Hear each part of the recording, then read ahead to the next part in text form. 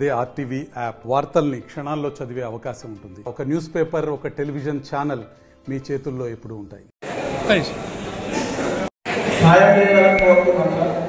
అదేవిధంగా ఉత్సవ సమితి కూడా కోరుకుంటున్నాం సార్. పట్టణాల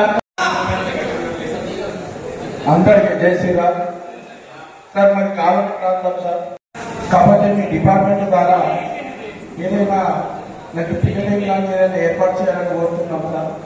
అది మొత్తానికి నైట్ టైంలో జరుగుతుంది సార్. మండపం మీరు ఏం చెప్పకుంటే మన ఎక్కడ చెప్తారు సార్.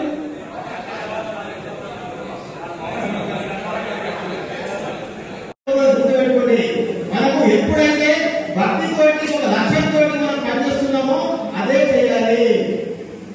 అంతేకాదు ఎన్నో చెప్పే సందర్భం కాదు, హిందుత్వం పైన చాలా దాడులు జరుగుతున్నాయి.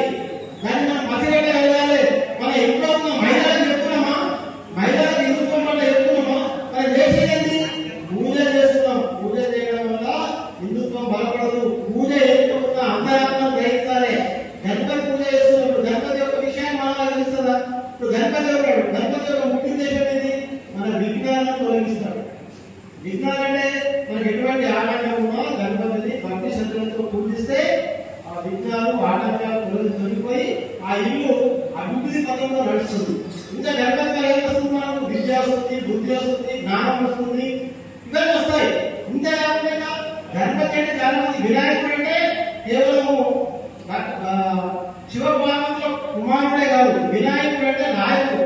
ఆయన ఇంకొకరు ఎవరు నాయకుడు లేదు, ఆయనకైతే నాయకుడు. ఇటువంటి విషయాలన్నింటినీ కూడా మన ఇంటి వాళ్ళు చెప్పాలి. ముఖ్యంగా మహిళలకు జాగ్రత్త చేయాలి. వరలక్ష్మి వ్రతం అని మహిళలు చేస్తున్నారు. వరలక్ష్మి వ్రతం వెనుక కూడా ఉద్దేశాన్ని తెలియజేయాలి. అంటే విషయాన్ని తెలుసుకోగలగాలి తప్ప పూజలు మనం రోజుల తరబడి పూజలు చేసుకోవాలి. దానివల్ల లాభం లేదు, హిందుత్వంలో చైతన్యవంతం రాదు. కాబట్టి మన పైసా విషయం తెలుసు. ఇక్కడ చాలా బ్రహ్మాండంగా వినాయక చవితి జరుపుతారు, వినాయక ఉత్సవాన్ని జరుపుతారు. కానీ ఇందులో మనం ఏదైతే అనుకుంటున్నామో అది చెడు విషయాలు రాకుండా బ్రహ్మాండంగా జరుపుకోవాలి. ఈ పైసా అంటే ఎక్కడికైనా పైసా చెప్పుకుని అడుగుతారు. కానీ మీరు కూడా అలవాటు ఉండాలి. మనం ఏం చెప్పిన ప్రకారంగా ప్రతి మండపం 30 యూస్ ఉంటారు. 2 3 నైట్ ఎక్కడ ఉంటే ఏ ఇష్యూ రాదు.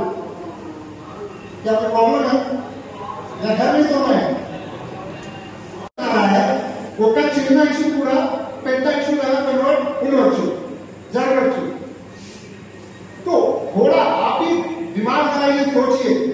ఒక పని చేసినప్పుడు దానికి ఏ ఎఫెక్ట్ వస్తుంది. మన ఒక పాయింట్ చాలా మంది రేట్ చేశారు. మన పోలీస్ వాళ్ళు తిట్టడం, పుష్ చేయడం. మరిన్ని వీడియోస్ కోసం ఛానల్ ని సబ్స్క్రైబ్ చేయండి. లేటెస్ట్ అప్డేట్స్ కోసం వాట్సాప్ ఛానల్ ని ఫాలో చేయండి. అండ్ లింక్ డిస్క్రిప్షన్ లో ఉంది.